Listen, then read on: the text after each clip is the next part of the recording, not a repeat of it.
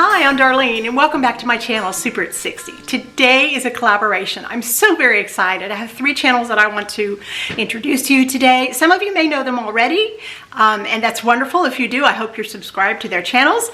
But some of you who may not know, and I would just love to encourage you to go and visit them. One is Amy Marion. Amy is absolutely a delight. I have worked with Amy, I think 2 other times before, maybe even in another Women of Faith collaboration, and then we collaborated just the 2 of us. She's just adorable, just precious. You'll love her channel. In the Kitchen with Mama Mel, or Life with Mama Mel, Mama Mel. She's great. She is a beautiful person, and oh my goodness, the things that are on her channel, the things that she cooks up, really, she keeps her kitchen busy. I'll tell you, she is hopping over there. So you want to make sure you go and check out Mel. She is beautiful and just an absolute delight. And then there's Leslie at the Farming Pastor's Wife, and Leslie is just a charming woman. She's a wonderful and beautiful friend to me. We have a lovely friendship, and you will absolutely adore her channel. So those 3 channels are the channels I'm working with today, and those are the 3 channels I want to encourage you. After you see my channel today, I hope that you will just run over to each one of them. I like to keep these Women of Faith collaborations on the smaller side so that you do have a chance to go and see all 3 of the channels. 2, 3, 4, that's a good amount. I think you can get, pour yourself a nice hot cup of coffee or some nice cool iced tea, and you have a chance to go and sit and watch all of these channels and get some wonderful, wonderful ideas. We are baking our mother's favorite desserts. My mother had many, but if you asked my mom, what's your favorite dessert in the whole world? She would always say, honey, pie. It would always be pie. Any kind of pie. She adored pie. She loved eating them and she loved making them. And she made some pretty wonderful pies. But she had one pie in particular that she just adored and picked. If we were at a restaurant or somewhere, and if it was on the menu, she would pick it, and that is a French apple pie. You don't see that very often anymore. I don't know why, but you never see it. Next time you're at a restaurant, check out the desserts and see if you see a French apple pie. You might see an apple pie or an apple cobbler, but a French apple pie, and it is a shame, because I'm telling you, that is the best, in my humble opinion, and my mother's, the best apple pie out there. And there is a difference. Do you know the difference between an all-American apple pie, a Dutch apple pie, and a French apple pie? Well, I'm going to tell you a little bit about that in the video. So hang on with me, and let's go and get this started. Then when we're finished, we're all going to find a little niche, a little spot somewhere where we're going to share our desserts with our mothers. Some of our mothers have gone on to heaven, as has mine in just the past year. And some of the other ladies have recently lost their moms. I can't wait to see their videos. I am very, very excited.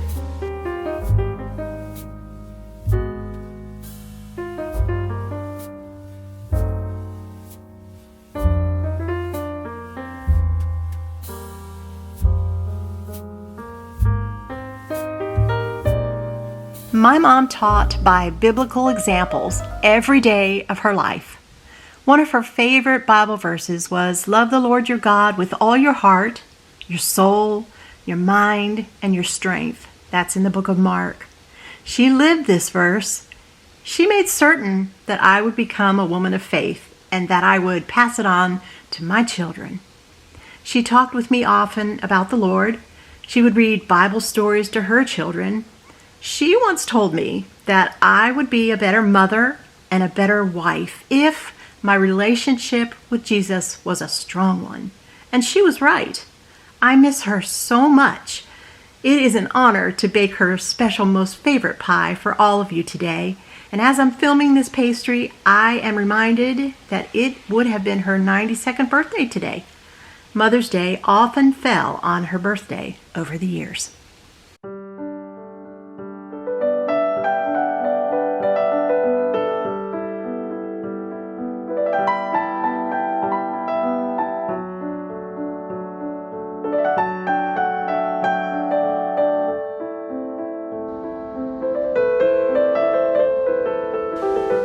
Okay, I can see we have a little visitor here.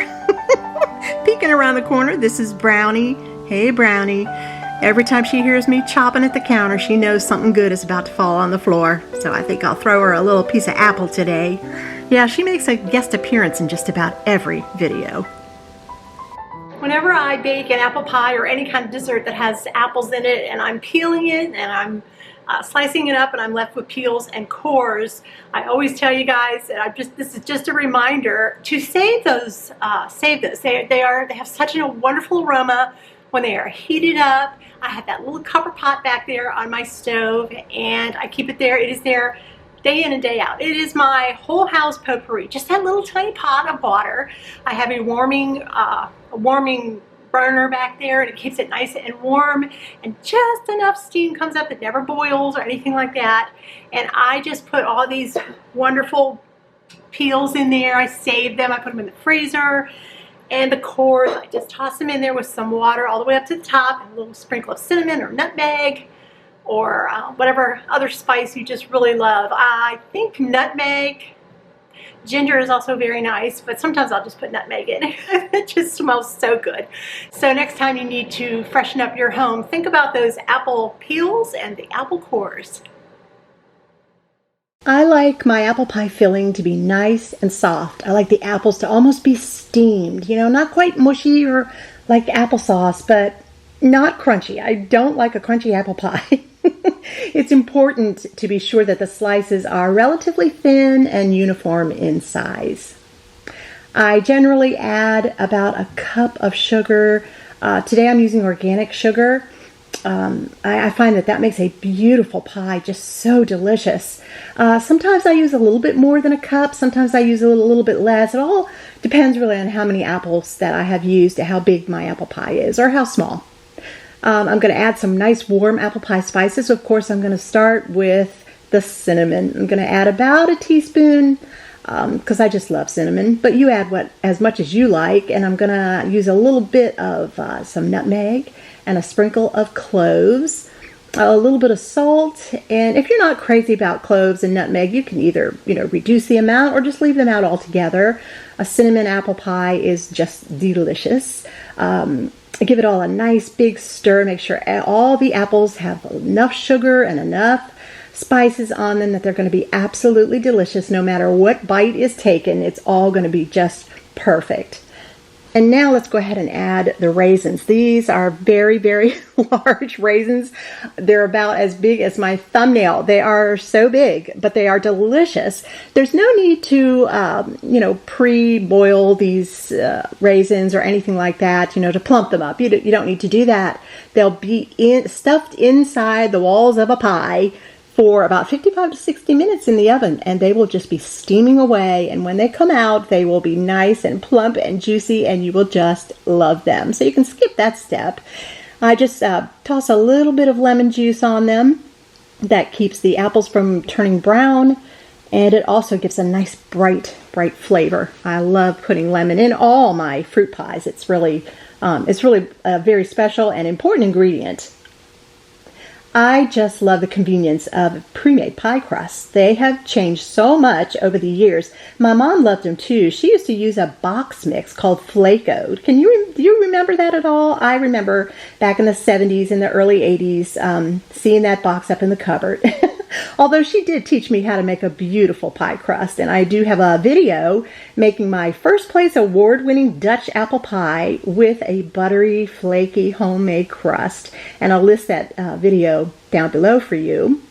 When I stuff my pie with my apples, I really do like to use my hands, my nice clean hands, because I really feel and dig around and make sure that there are no empty pockets left anywhere, because that's what will suck your top crust down and give you an uneven top of your crust. So make sure that everything is tucked down in there and there's no empty spaces where there's no apple. Make sure it's totally filled up and nice and even.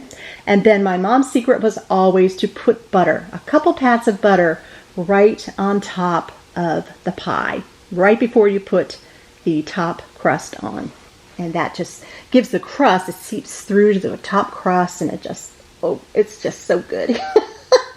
Now the top crust I am going to roll out a little bit because my filling is nice and high, and I want to make sure that I have enough room to cover the apples and to crimp it and make it look so extra special. My mom taught me how to do this, and I love crimping a pie. I can just remember as a child seeing her sweet little hands do this, and it almost was magical to me as a child. Okay, so do you know the difference between an all-American apple pie, a Dutch apple pie, and a French apple pie? An all-American apple pie is a bottom crust, a top crust, and apples and sugar and cinnamon in the middle. A Dutch apple pie is a bottom crust with an apple filling with whatever spices you like, including cinnamon, and topped with the crumb topping, that wonderful crumb topping, and sometimes a light sprinkling of confectionery sugar. A French apple pie, what we're making today, is a bottom crust and a top crust with all the beautiful spices in there and the addition of the raisins. And when it is totally cooled down from the oven, a frosting goes right on top. And that is the major difference between those three very special apple pies.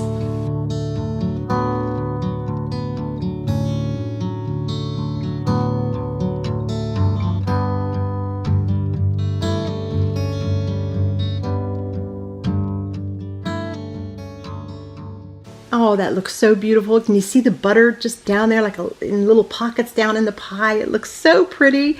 Now, take a nice sharp paring knife and look for the very center of the pie. And cut yourself a little tiny circle. That's your pie hole, and that's where the steam is going to come out. And that is what's going to help plump those raisins and melt those apples. That's what I call it. It really just melts them down and makes them nice and soft. Just beautiful.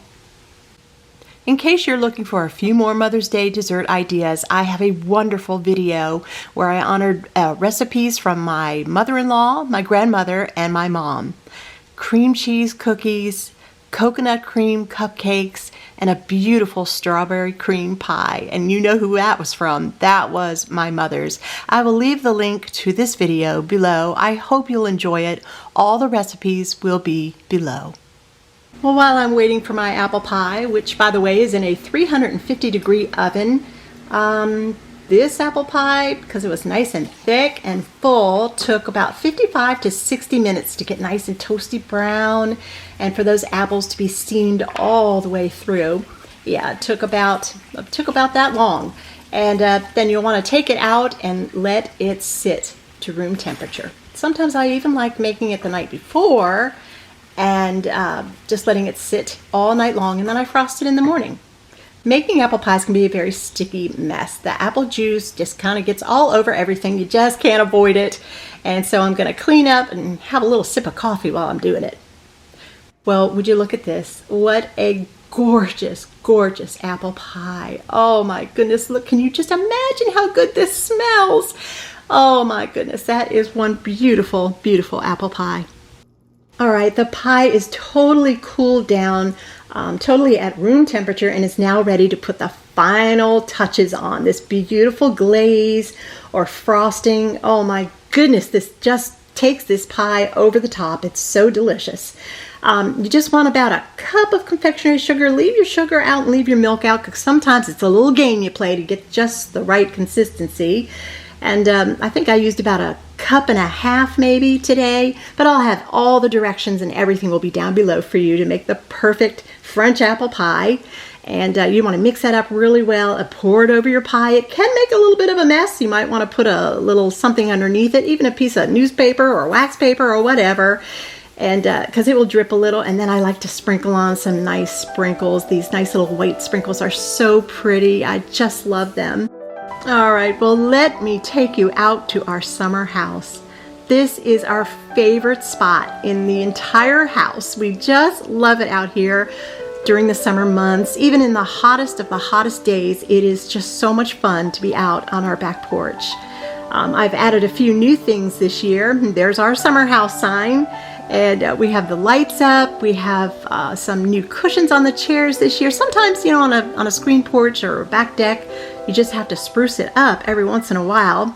And some new pillows there with those sweet little butterflies. My mother, that was her chair right there. She loved that chair. She sat there for hours and just enjoyed the back porch with me and Brownie.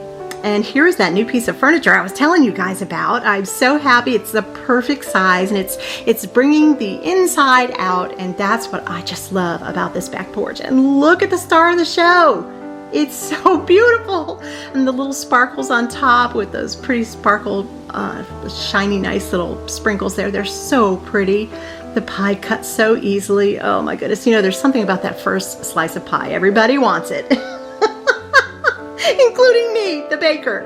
But yeah, that was a very, very special pie, and it came out just beautifully. And I'm going to show you exactly how full and beautiful the filling is. So, so pretty. So full of cinnamon and the nutmeg and those cloves. Oh my goodness. And those plump raisins, they just got so beautiful in the steam while in the oven. So pretty. And look at that frosting on top. It just makes you want to take a big bite. I wish you could all be here and we could all share a slice together out in our summer house.